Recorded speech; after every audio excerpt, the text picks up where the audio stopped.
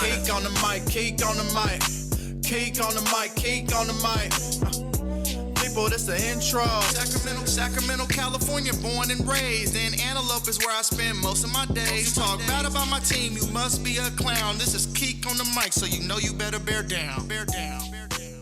Hey, what's going on, Bears fans? Thank you so much for joining me for another episode of Keek on the Mic, the podcast all about the Chicago Bears. Before I get the episode started, make sure you hit that subscribe button and the bell notification to catch all Bears content right here on the podcast. Make sure you follow me on all my social media platforms, and make sure you share this episode of Keek on the Mic with every single Bears fan that you know. But before I get this episode started, I have to tell you guys about MyBookie. Bears fans, you know I would only recommend the service to my listeners that's been good to me. That's why MyBookie is always the right play. You bet, you win, they pay.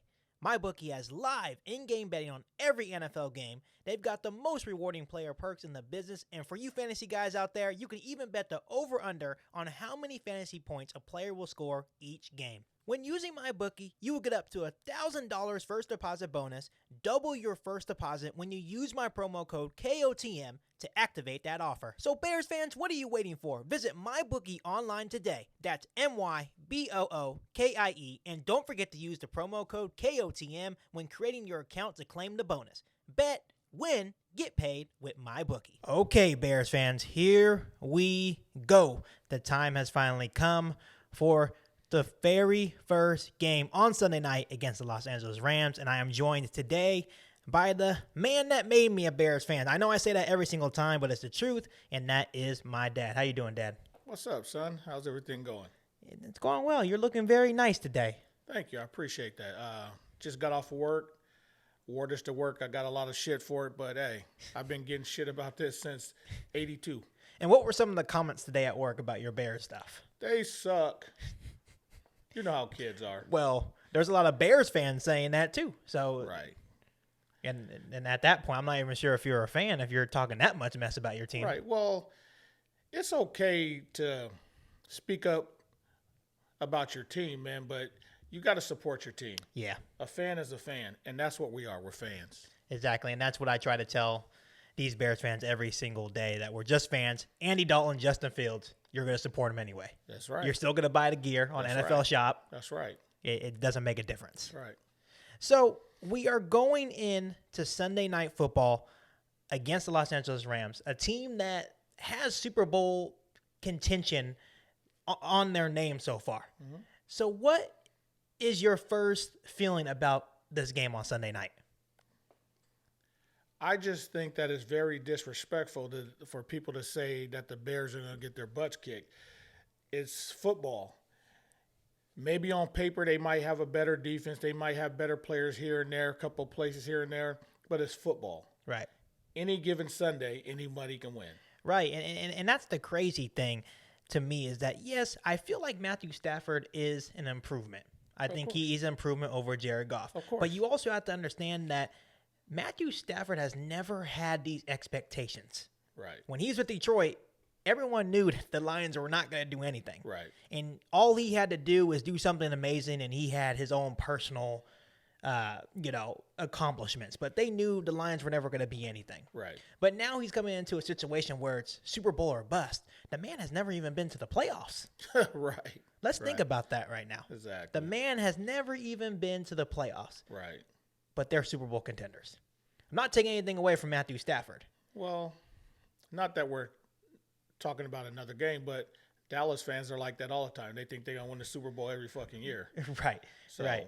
And that's after one win. Right. After one win, Right. Yeah, we're going to the Super Bowl. Exactly. But that's a whole different, Right. whole different topic. But the Bears are 7.5-point underdogs, which, okay, I feel like that's a decent spread. There's not a lot of expectations for this Bears team this year. We don't know what the offensive line's going to look like. We have secondary issues. Obviously, Andy Dalton is starting. I don't know if that number would change if it was Justin Fields. Right. But the Bears have a lot of question marks. We don't know what to expect, and I kind of like that. We have no expectations, no pressure. Exactly. But at the same time, the Rams got questions too. Right. They lost two key players on defense. Right. When we lost our strong safety, Amos, look at where our defense went to. Right. So you can sit here and talk about the Bears have their issues. Rams got the issues too. Right. Just because you got Matthew Stafford doesn't mean that you're going to be a Super Bowl team. Right. You still got to play together. Still got to play. And then when you look at the Rams and the division that they're in. They're just bypassing the 49ers. They're bypassing the Seattle Seahawks, and they're bypassing a very much improved Arizona Cardinals team. Right. So you're just already crowning them. For sure. Without even playing one game. So this is why this game is kind of intriguing to me, is that there is a lot of Bears fans saying, even Bears fans, that we're going to get our ass whooped. Right. But I don't necessarily think that's true. I'm going to say this right now. I'm not picking the Bears to win either, but I'm going to support them. Maybe they prove me wrong. Right. Right. At the moment, there's just a lot of question marks about our team that I don't know what we're going to see on Sunday night. Right. But if they come out and they prove us wrong, I will come on this podcast and say I was wrong. Right. But when you look at the Chicago Bears and the offense, the first thing that comes to mind is the offensive line. How will that offensive line hold up against a guy like Aaron Donald? And, you know, it's not like Aaron Donald has destroyed us in the times that he's played us, but we know what he's capable of. Right. So right now when you look at the offensive line, you have Jason Peters, Cody Whitehair, Sam Mustipher, James Daniels, and Jermaine Ifedi. Right. How will that offensive line hold up against a guy like Aaron Donald? I guess we're going to find out on Sunday. And I guarantee you, man, there's going to be a lot of double teams and a lot of chips, similar to what everybody does at Khalil Mack. Right. Everybody runs their mouth and says Khalil Mack doesn't do anything. Let's see your ass get blocked by fucking 3 people and see if you make plays. And he's still in the play. So that's what's going to happen. We're going to have to play together. We're going to have to keep them off balance, man. They're probably going to tilt the offensive line a little bit, man. Do some rollouts, man, so it's not just straight dropbacks so Aaron Donald can tee off. So we're going to make him work. Yeah. But he's a good player. He's going to get his. Right. And I anticipate the Chicago Bears to get the ball out of Andy Dalton's hands quick. Oh, most definitely. Try to establish the running game to the best of your capabilities. And Montgomery's one of those running backs that he doesn't need a lot of blocking. He just needs a little bit of space to sneak his way into those holes, and he will find them. Right. And that's the key. And the way that you slow down fast pass rushers, man, because teams does this to us all the time, man, with Khalil Mack and them.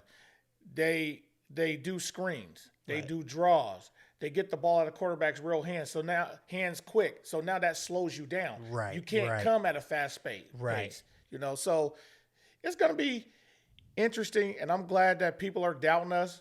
We've been doubted for the past couple of years, and that's fine and dandy. But win or lose, I'm a Bears fan, so it doesn't matter to me. And this is a message to Bears fans that I want to remind them about. Love or hate Matt Nagy, he is a winning football coach.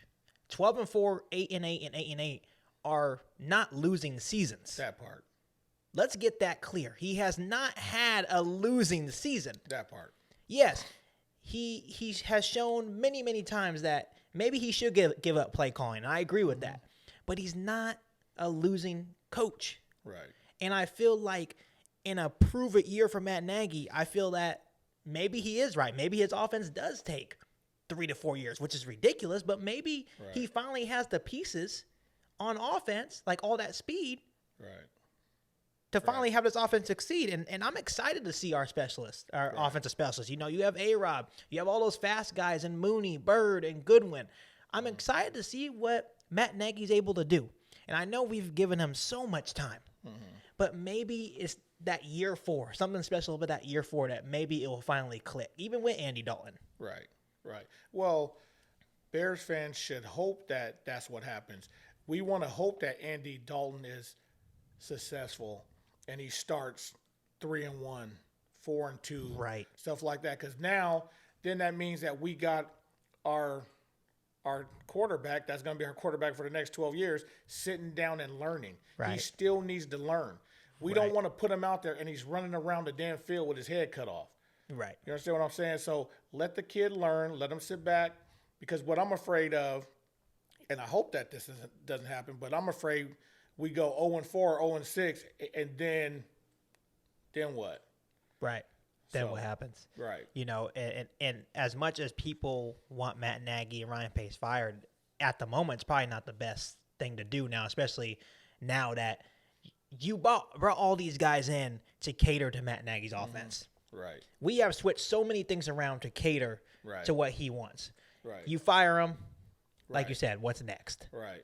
you know. Because that's happened to us before. Like we had Olsen, great tight end. He was our number 1 pick that year. We bring in Mike Martz. Oh, I don't use my tight ends, so I get rid of him.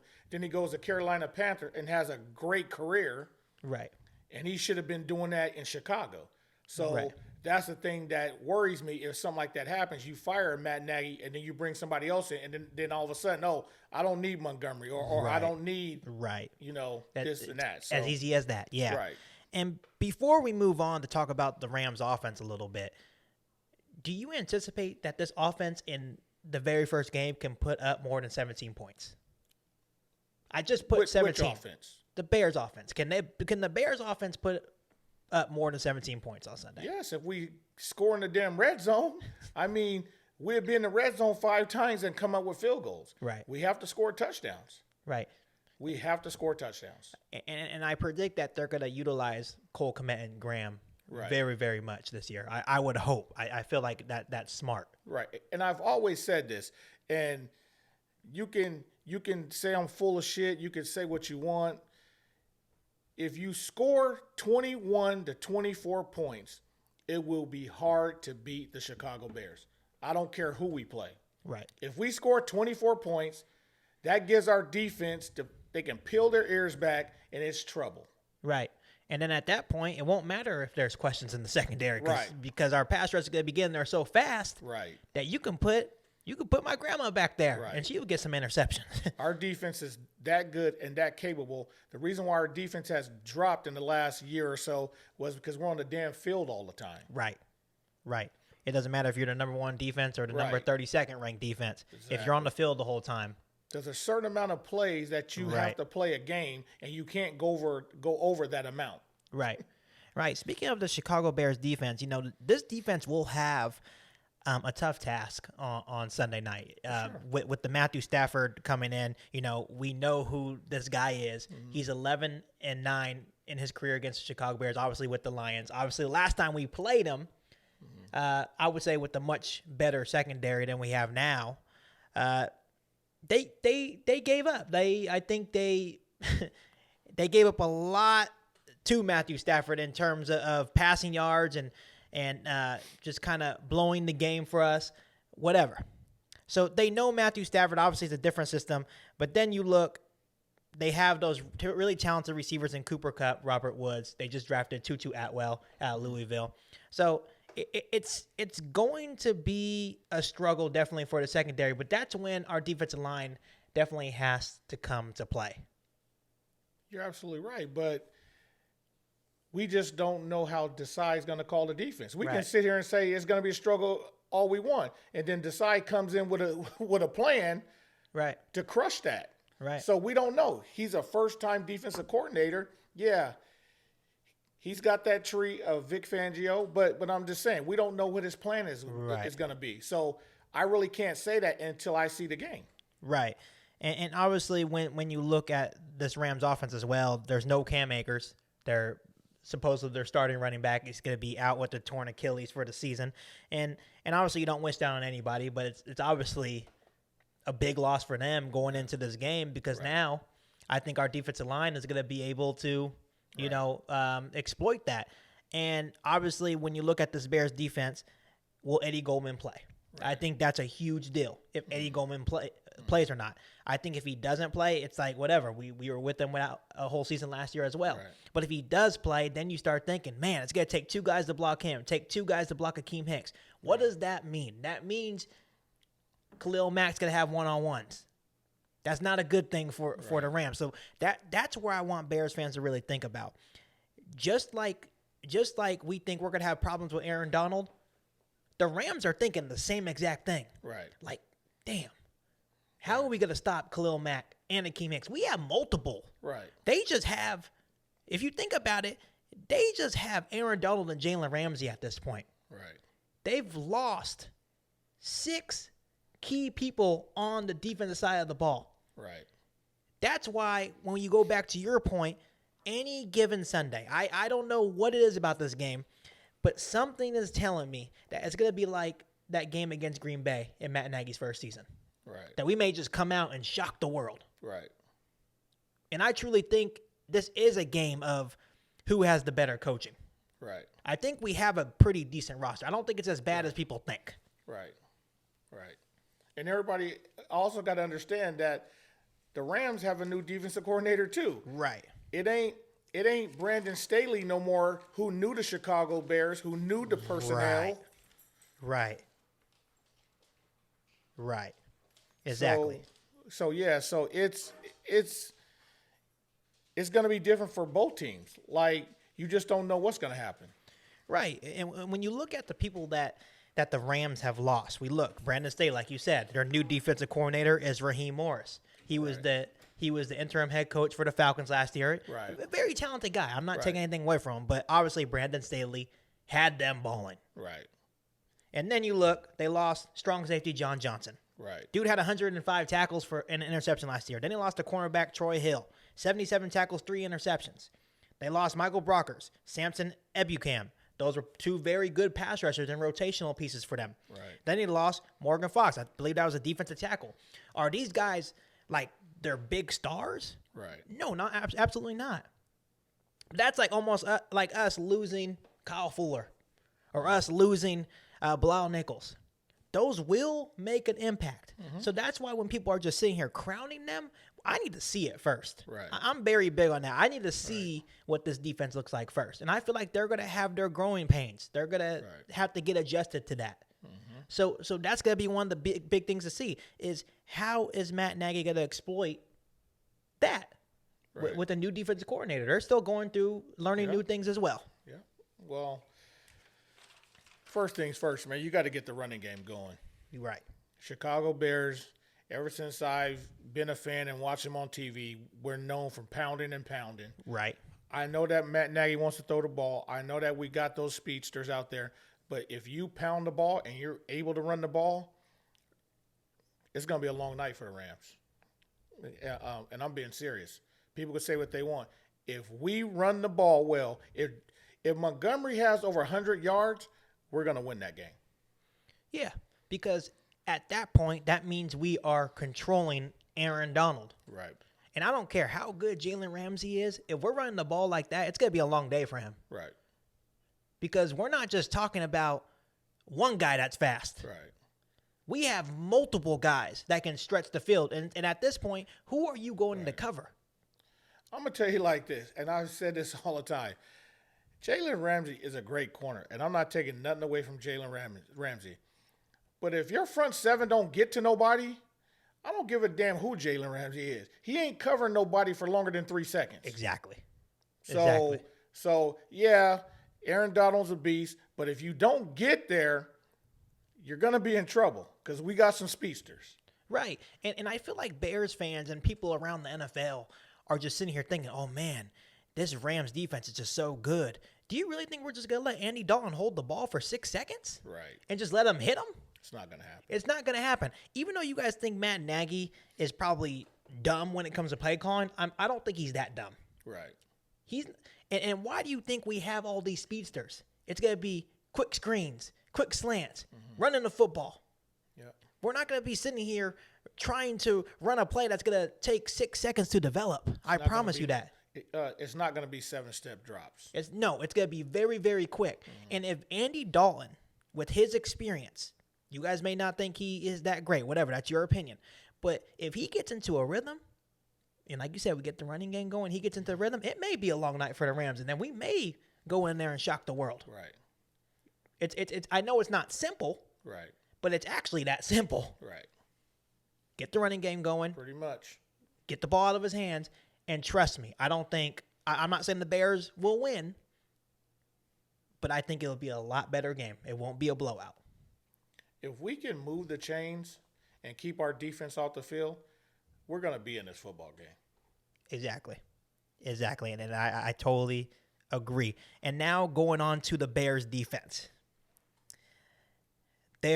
I feel like obviously a lot of the Bears fans are just questioning the secondary. And we already discussed it earlier in the podcast, is if our defensive line is handling their business, that will definitely help the secondary. I think I told you this a couple of days ago off the podcast.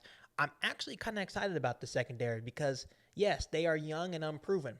But what that means is if they are able to prove themselves, now you have 3 very young, talented corners.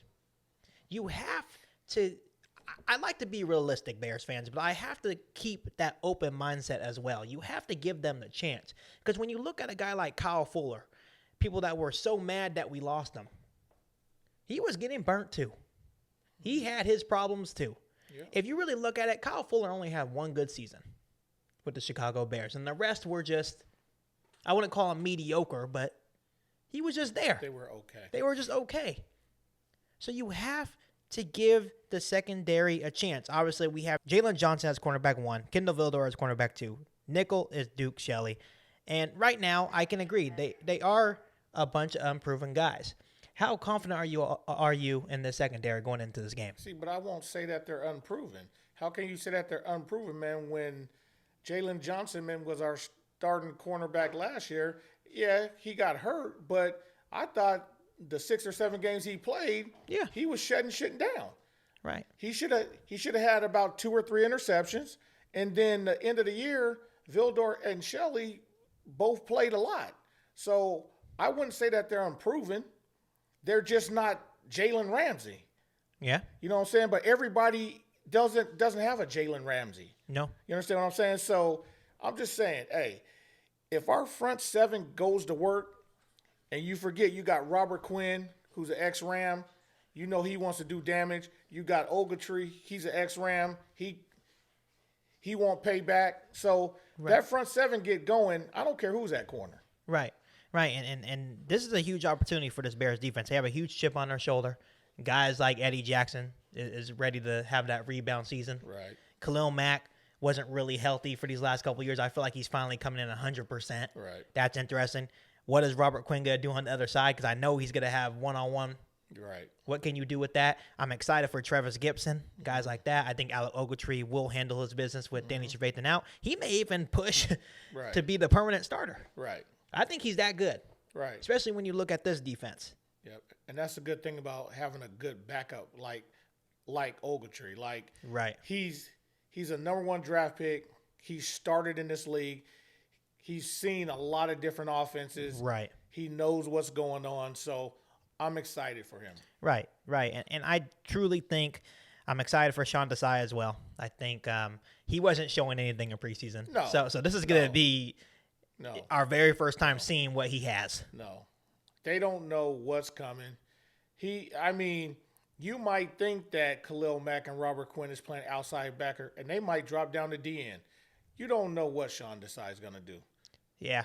And I guarantee you he's not going to sit there and let you just pick them apart. Right. No. and I've been saying this for months.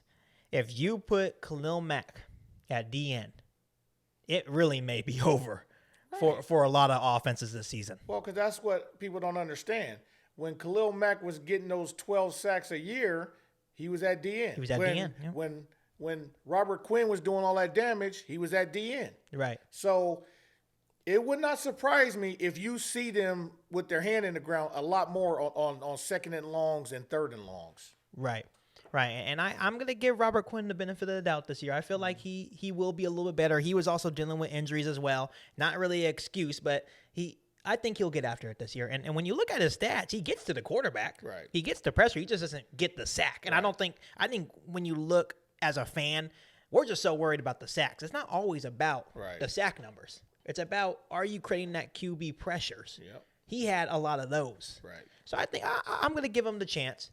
But obviously, if he doesn't produce, I can imagine the Bears will probably let him walk, and now just be another bust for Ryan Pace. Well, man, just like they let Amos go, they shouldn't let Amos go, and they should have kept Leonard Floyd. Yeah, look what Leonard Floyd's doing. He was young. I mean, maybe his progress was because he couldn't deal with the cold. I don't know. But he's balling in L.A. And you know he's going to try to get after it once again. Yeah, for sure. He's trying to prove something for still. Sure. Obviously, he probably wanted to be a Chicago Bear, so he's going to try to give it to us on Sunday night. I anticipate that. And I expect that. Yeah. I wouldn't expect nothing less. And like I mentioned earlier, the big key here is Eddie Goldman. He's been banged up all week. Hasn't been practicing. Will he play? I anticipate that he is going to play, but I just don't know how bad that tweaked knee is. See, but you know what though? Of course, I want him back, but I'm excited to see Kyrus Tonga. Yeah, absolutely. He's been having a hell of a training camp, Absolutely. and every game that I saw him play in preseason, he was stuffing the damn hole, and there was 2 guys blocking him at all times because one guy can't block him. Right. He's a big guy. Yeah. So if Goldman can't go, hey man, Next man up. Next man up, and I'm excited to see what Kyrus Tonga can do. Yeah. Me as well. I really like Kyrus Tonga. I like all our rookies, even the ones that are on the practice squad. I think eventually all of them are going to have a big part of the direction of this Chicago Bears football team. So I'm definitely looking forward to it. So 3 keys to a Chicago Bears win. I know there's a lot of Bears fans out there that don't think the Bears have no chance of winning. If you think that, you can remove yourself from this podcast. We don't need negativity. Obviously, we like to be realistic, but there's no need to be negative. Right. So here we go. Number 1 is keeping Andy Dalton clean and making sure he gets rid of the ball quickly out of his hands. I don't care how bad your offensive line is. Just get the ball out of his hands quick. Try to run the football to the best of your ability. Keep him clean. If you can do that, I think he'll get comfortable. And I think Andy Dalton's good enough to be that game manager for us and just put up, like you said, try to get to that 20-point mark. And I think we'll surprise a lot of people. Right.